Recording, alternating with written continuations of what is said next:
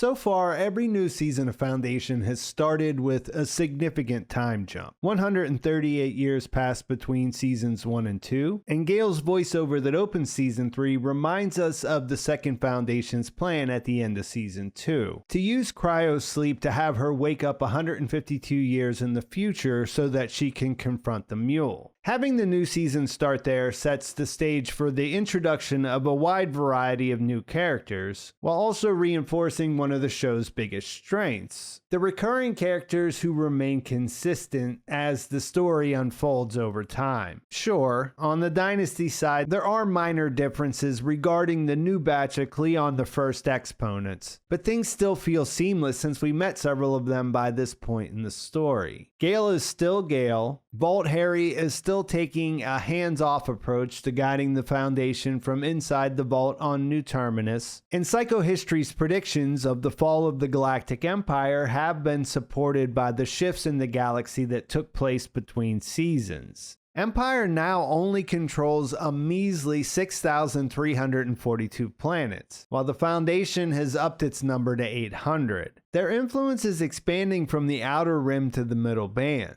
Part of this stems from the Empire losing the Spacers last season, which forces them, because they don't have whisper ships like the Foundation, to rely on jump gates for long-distance travel. It's not only slowed them down, but it limits their sphere of influence. Gale tells us that each new Cleon is forced to ask themselves if they'll be the last in the line. Will they be the end of Cleon the First's dream, or will they be the one who saves it? We saw how trying to take control of your destiny and defying psychohistory worked out for Cleon the 17th at the end of last season, a century and a half ago. So I guess we should all settle in and relax to watch things play out in this perfectly deterministic tale, only that sounds a little boring, right? This is something that Isaac Asimov realized after publishing his initial Foundation stories. If everything were predetermined, where would the stakes and tension come from? He solved this problem by introducing the Mule, so maybe don't hole up in a shack smoking drugs with a camel and a dealer with mesmerizing eyes quite yet, because this character is a true outlier with abilities that can completely undermine psychohistory's predictive capabilities. In Season 3's opening sequence, we get our first glimpse into how much his presence can change things. Of course, with full knowledge of how the story plays out, the show was able to introduce the Mule a bit earlier to make sense of Gale's decisions leading to this moment, and they also decided to have Vault Harry give Demerzel the Prime Radiant so that the Empire could be kept in the loop, as it were. Still, knowing that something's coming and doing something about it are two different things, and with Calgan falling under the Mule's control, the Radiant is showing Demerzel that the timeline to destruction has been reduced to 4 months. Also, the stakes are greater than previously imagined. Not only are there already events in motion that'll render Harry Seldon's math useless, but it might also lead to the extinction of humans as a species. This news might even be enough to cut through the fog and haze that follows Brother Day around, but I suppose we'll come back to that. Since the Mule has been appearing in Gale's dreams for a while now, I guess the opening scene on Calgan serves as our formal introduction to the Mule. In case you haven't been following things too closely, the role was recast, so it's Pilou Asbæk, who you might remember from Game of Thrones, who we meet alone and unarmed on the battlefield. He does have intro music though, which is cool. As he emerges from the tree line, they hear an instrument called a Visi sonar playing in the background, which the commander says is played by his balladeer, whom he describes as a clown who, you know, just hangs out and plays music to herald his arrival. I suppose if you're going to show up on a battlefield without a fleet or army, that's the way to do it. The Mule has taken Archduke Balerian's daughter hostage and would like to have the Pleasure Planet handed over to him in exchange for her release. The Archduke explains this wouldn't be possible because Calgon is an independent buffer state between the Imperium and the Foundation, and any act of aggression would be met with a military response from both. To this, the Mule makes his intentions plain through a very specific choice of words, saying he intends to consume the Imperium along with the Foundation. Apparently, he has a large appetite, one that only a galaxy can satisfy, and in a brief but convincing exchange that he books book ends with the phrase, "nothing drastic," he explains why he doesn't need an army to make that a reality. He can worm his way into people's minds to make them do what he wants. And if the fleet and army destroying themselves wasn't enough to convince you, then surely the Archduke biting off his own finger to present the Mule with his signet ring should do the trick. Mule 1, everyone else 0, and as formal introductions go, I think this is quite effective. While the coming crisis that will result from that is on their doorstep, the Empire still needs to carry on with business as usual. Since Brother Day is unavoidably occupied, and Brother Dusk is spending his days watching footage of previous Cleons' final moments at their ascension ceremonies, this responsibility falls on Brother Dawn, who seems to be the right guy for the job, honestly. He's only 10 days away from his ascension to the center throne, so it makes sense in that regard, but it's also evident that he relishes the opportunity, that he's driven in a way that we hadn't seen in previous exponents. He shows up as the representative at a Galactic Council meeting and looks impressive, as is the location where they have these things. Clarion Station is a massive man-made cylinder that rotates to create its own gravity, which I guess they use since it would be a neutral space rather than having their headquarters on a particular member planet or what have you. Dawn handles his duties. Later, we'll learn that he even staged a protest outside to help reinforce his points, and it all works to get the desired outcome. It's funny because when you first hear them, his assertions about the Foundation's corruption and greed sound like they'd be fake news drummed up by an empire on its back foot, but later we learn they're true. This blurs the lines between the good guys and the bad guys while also introducing a third faction, whom he refers to as the Merchant Princes. I wouldn't say the line of who falls where inside the Foundation split are clearly defined in this episode. Empire is supplying arms to a group that's led by a character named Randu Mallow, whose last name indicates is the descendant of the traitor Hober Mallow, who played an essential role in Vault Harry's plan last season. Randu's taking weapons from the Empire leads to the new character Han Pritcher calling him a traitor. But Han is working for the mayor, whose office Ebling Mis will tell Harry later has devolved into being more like a monarchy. Their roles will likely come into focus as things progress, but for now a rundown of the new character seems in order. Han Pritcher is the mayor of New Terminus' captain of information, which sounds like his head spy. He's presented as an action hero type whose ability to get things done in intense situations seems to attract the ladies. While his suspicions that the Empire was providing weapons to the Merchant Princes were confirmed, he failed to bring back the evidence to prove it. And when his partner on the job suggests that some heat blister sex might help them get over the harsh feelings of coming up short, he grabs a pendant that he's wearing around his neck and holds on to it while telling her his loyalties lie elsewhere. I won't get into details since I'm not sure how many people watching this consider trailers spoilers, but this connects some dots from the official trailer even if it doesn't clear up the confusion I mentioned in my video where I broke that down. He was on Haven, the planet whose orientation with its sun makes it 260 degrees on one side compared to negative 180 degrees on the other, which I'm not sure if that's a hard science fiction scenario. I guess it could be if it was tidally locked and one side was always facing away from the heat source, but the shadow of its moon moving around on the sun side makes for a high-stakes chase scene that couldn't exist otherwise. Han was there pursuing the traitors, who his boss, Mayor Inber, worries could be pulling the Foundation into civil war. Han believes the Mule is the true existential threat they should be focusing on. But with the vault about to open, the mayor doesn't want to get involved with something that could lead to an intergalactic incident over hearsay about an independent planet in the middle band.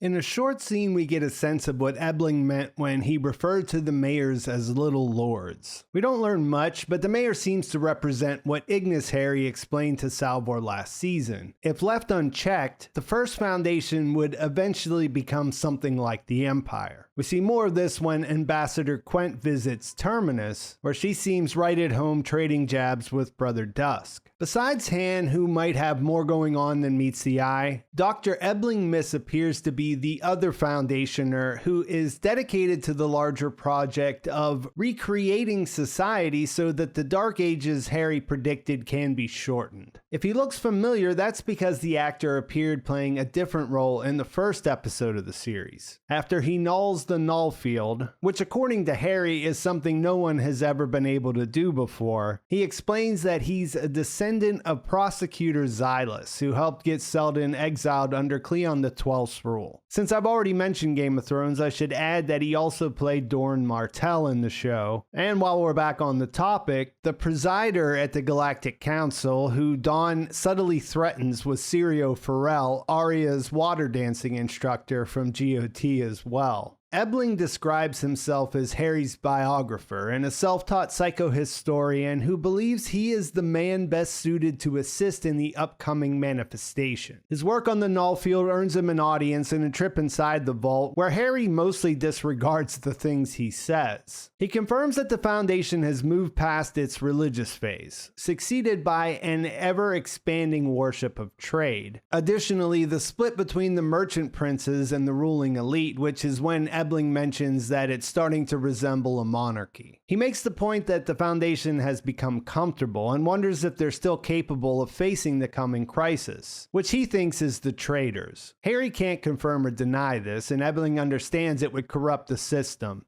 Although we know it's the Mule, so this back and forth is more about establishing the current state of affairs inside the Foundation. When Ebling tries to give him a heads up that the Empire is holding up better than was initially projected, Harry rocks his world by telling him he gave them the Prime Radiant. While he's dealing with the dissonance, Harry assures him he doesn't need to understand. In 3 days, he'll emerge from the vault, and the chips will fall where they may. When he tries to question him about the Radiant again, he finds himself outside with all of the equipment he used to bypass the null field destroyed in a pile inside it. While all the introductions and table setting are necessary and compelling for the most part, as is usually the case, the most interesting bits from the premiere come from Demerzel and Brother Day. I've hinted that this season's Day has holed himself up to get high with his girlfriend, and that's all he seems to be up to when Brother Dusk comes looking for him. That and creating clones of extinct animals to inspire his poetry, I guess. Oh, and consuming munchies that resemble what you'd get if you searched for snacks popular in Mediterranean countries or something along those lines. This is all amusing, but it also loops back to the idea that each Cleon who takes the throne wonders if they might be the last. This is the way this exponent copes with that reality, which I think is the most interesting development for the clones this season, and something that will come up again when we get to Demerzel. His companion's name is Song, and she's from Mycogen, which is on the lower levels of Trantor, level 88, and known for growing microfoods. This is an interesting detail for those of us who read Asimov's prequel books, since it's a place Harry Seldon spends some time at in those. But hearing Day bring it up adds some needed context to some of the shots we see of him in the trailers, which again, I won't get into the details because of spoilers, but if you puzzled over some of those shots, I'm sure you can follow what I'm getting at. Anyway, he seems to be enjoying himself in Song's company, and the drug she seems to be providing him from Mycogen, which he seems to inhale. I think we only see him take one hit in this sequence, but he's clearly been doing them around the clock for at least the last 6 months. Still, he has his wits about him. His line about leaning into indignity is an instant classic, and although he gives Dusk a hard time, he does eventually make his way to the palace to see what Demerzel has to show them. That's when she explains that things are worse than they initially thought, before the focus shifts to Gale waking up on Ignis to end the episode.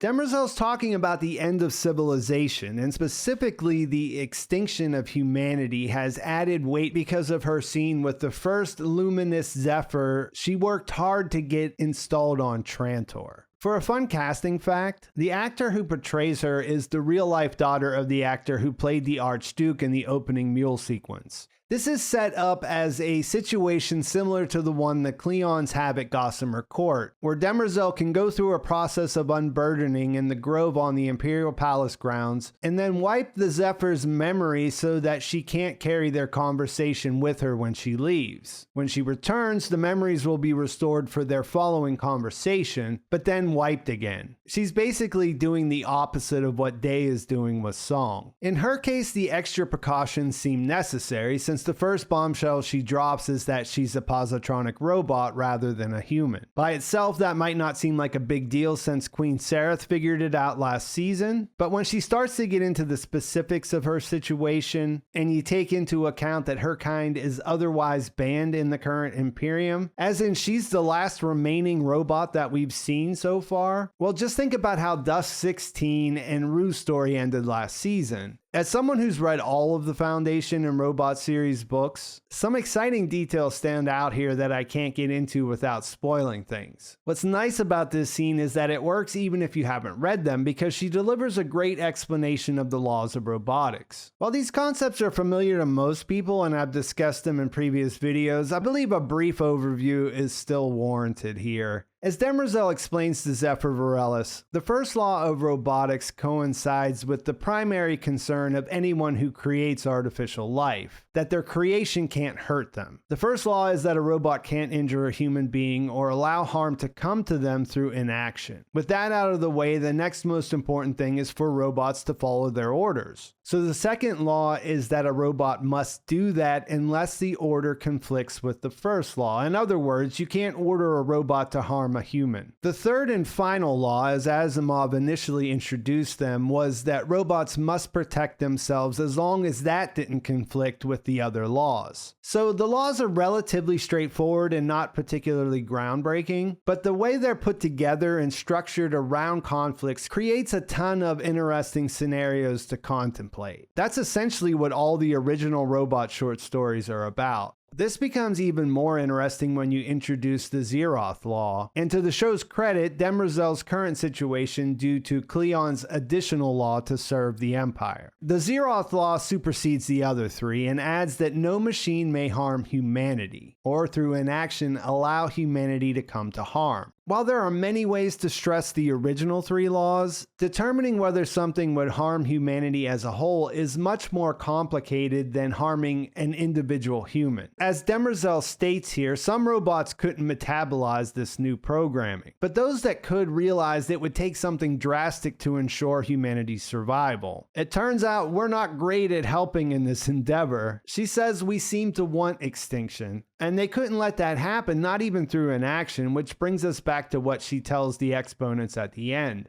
Then she says that the robots went to war with each other over what to do with humanity, as a direct result of the Zeroth Law, which could be somewhat surprising if you believe the story Brother Dusk told Rue last season. The idea that robots fought against humans for their personhood and were able to circumvent the first law never really made sense. Not in a story that adhered to Asimov's ideas about robots, as David Goyer told me himself that the show was definitely trying to do. But at the same time, if you hadn't read the books, the show didn't give you much else to go on. So I point that out to say this is something you should pay attention to. Especially since 16's story mentioned a robot killing Emperor Benephos as the start of the conflict, and Demerzel says a robot killing an important man in service of the Zeroth Law sealed the robot's fate. And remember how their little lesson on the laws started. Demerzel proposed the thought experiment after Varellis asked how she was able to fight, considering robots were designed to be unable to harm humans. I expect them to expand on this. Demerzel indicated they'd meet again when she was explaining